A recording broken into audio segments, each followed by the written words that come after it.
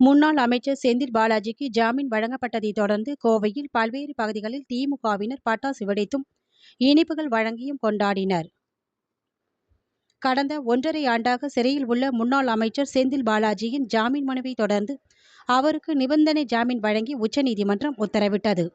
இதனை கொண்டாடும் விதமாக கோவை மாவட்டத்தில் பல்வேறு பகுதிகளில் திமுகவினர் பட்டாசு வெடித்தும் இனிப்புகள் வழங்கியும் கொண்டாடி வருகின்றனர்.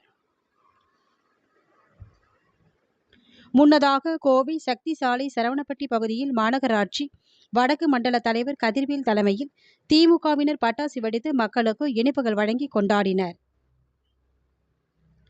அதேபோல் பூ மார்க்கெட் பகுதியில் திமுக உயர்நிலை செயல் திட்டக்குழு உறுப்பினர் தணிக்கை ராஜேந்திரன் தலைமையில் திமுகவினர் பட்டாசு வெடித்து தங்கள் மகிழ்ச்சியை வெளிப்படுத்தினர்.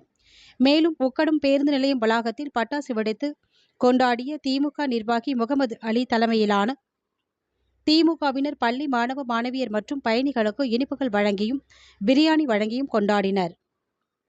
இதேபோல் குனியமுத்தூர், சுந்தராபுரம், ராமநாதபுரம் உள்ளிட்ட பல்வேறு பகுதிகளில் திமுகவினர் பட்டாசு வெடித்தும் பொதுமக்களுக்கு இனிப்புகள் வழங்கியும் முன்னாள் அமைச்சர் செந்தில் பாலாஜிக்கு ஜாமீன் வழங்கப்பட்டதை கொண்டாடி வருகின்றனர்.